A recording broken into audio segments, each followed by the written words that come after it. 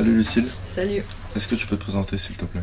Je m'appelle Lucille, j'ai 24 ans, je suis demi-centre et je suis originaire de Montpellier dans le sud de la France.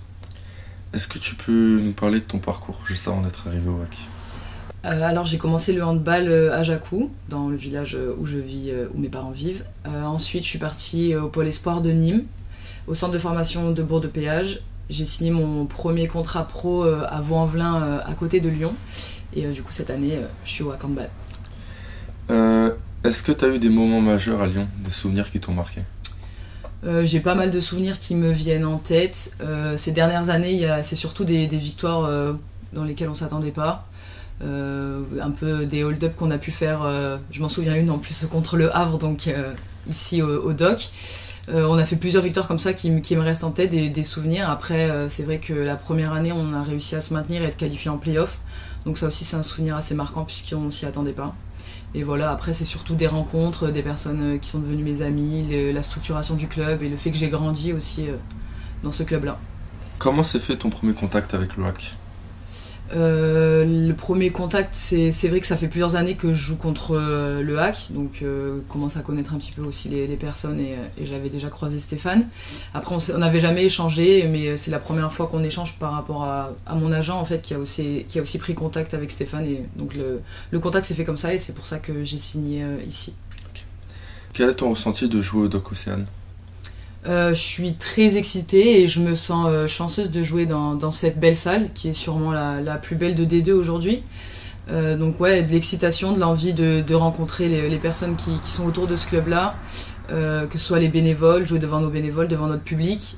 Je sais qu'il y a beaucoup de personnes qui viennent quand même voir le match dans cette grande salle. Donc c'est de l'excitation, de l'envie principalement. Quelles sont les raisons de ta signature au HAC? Qu'est-ce qui t'a poussé justement à venir ici? La structuration du club, aujourd'hui je pense que toute joueuse qui signe dans un club regarde ça avec tout ce qui se passe dans le contexte du handball féminin. Le fait que le club ait le statut VAP qui permet donc de monter en première division, donc ça c'est toujours aussi une pensée dans ma tête, une envie dans ma tête aussi. Et ouais, voilà, le projet sportif, l'accompagnement autour et voilà, le fait aussi qu'on soit plein de nouvelles. Un remaniement complet de l'équipe, ça donne aussi des objectifs et des envies dans ce club-là. Comment tu ressens la pression justement, une pression positive ou négative, je sais pas, d'être capitaine dès ta première année, à ton arrivée au HAC? Pas de pression négative, parce que pour moi c'est que du plus. Je me sens bien, je me sens fière en fait d'avoir ce statut-là et ce rôle-là dans l'équipe. Après, je pense pas que ça va changer ce que je vais être ou ce que je suis sur le terrain. Je suis quelqu'un qui se donne à fond tout le temps, qui est tout le temps dans le combat, dans l'agressivité, dans la rigueur du travail. Donc je sais que ça va pas changer ce que je suis par rapport à ça. C'est une marque de confiance de la part du coach et de l'équipe, donc je prends ça positivement et pas du tout de pression négative par rapport à ce statut-là. Donc là, ce week-end, vous avez votre premier match à domicile à venir, donc surtout pour toi, ça va être une grande émotion, je pense. Est-ce que tu as hâte? Ouais, j'ai hâte, j'ai envie comme je t'ai dit juste avant, de jouer dans ce club-là, de partager toutes les émotions qu'on peut avoir à jouer à domicile aussi. On a pour objectif cette année de montrer que le HAC, ça va être compliqué de jouer contre, qu'on va forcément se donner toujours à fond et on va chercher tous les matchs possibles. Et donc ça va être dans notre identité de dire aux autres et aux adversaires qu'aller jouer au HAC dans cette salle des Docs avec notre public, ça va être très compliqué. Et j'ai envie que ça soit ancré dans la tête de nos adversaires et c'est notre objectif commun avec l'équipe. Est-ce que tu as des objectifs en ce début de saison au niveau collectif ou personnel? Au niveau collectif, c'est surtout créer notre équipe. Comme je t'ai dit, on est beaucoup à être arrivés, donc forcément ça va être de construire petit à petit l'équipe, notre identité, la cohésion, gagner le plus de matchs possible. Je pense qu'aujourd'hui, tous les matchs sont à notre portée. Il y a forcément des équipes qui vont être meilleures que nous, il y a forcément des équipes qui sont moins bonnes que nous, donc vraiment aller gagner tous les matchs possibles, que ce soit à domicile à l'extérieur. À domicile, je pense qu'on veut vraiment créer quelque chose aussi. Donc voilà, ça va être notre objectif et individuellement, moi mon objectif c'est de progresser, de performer le plus possible et le plus souvent possible et voilà, toujours de progresser et d'avancer et d'aller le plus haut possible. Selon toi, quelle a été ta meilleure saison durant ta carrière jusqu'à maintenant?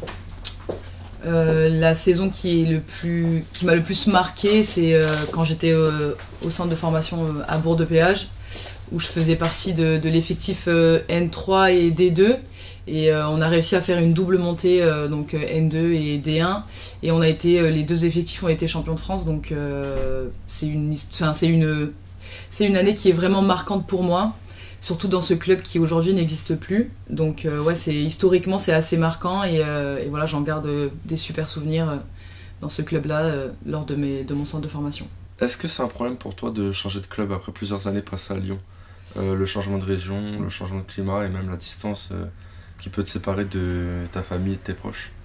Je vois pas ça comme un problème. Pour moi, c'est plus une opportunité de pouvoir changer et de s'adapter à d'autres choses. Souvent, quand ça fait plusieurs années qu'on est dans un club, on rentre dans une certaine routine et c'est jamais bon pour progresser. Il faut toujours se fixer des nouveaux objectifs. Donc moi, je vois ça plutôt comme une opportunité de s'adapter et de voir autre chose, d'être accompagné différemment, d'avoir d'autres filles aussi autour de nous qui nous demandent peut-être de faire des choses qui sont différentes, parce qu'au bout d'un moment, jouer toujours avec les mêmes joueuses, on rentre dans cette routine-là qui fait plus forcément progresser. Donc non, c'est une opportunité. Après, c'est sûr que cette année, je suis partie très très loin de ma famille. Donc forcément un peu compliqué, puisque voilà, je suis forcément attachée à ma famille et je suis proche de ma famille aussi. Donc je sais que cet aspect-là, il est un peu compliqué, mais voilà, ma famille reste ma famille. Je vais les voir le plus possible. Je sais qu'on joue beaucoup dans le sud aussi à des moments, donc ils vont pouvoir venir me voir. Mais voilà, je prends ça vraiment comme une opportunité et je prends toujours le positif dans chaque situation, quoi. Je te remercie, Lucille. Merci. Bon courage pour ce week-end. Merci beaucoup. Je t'en prie.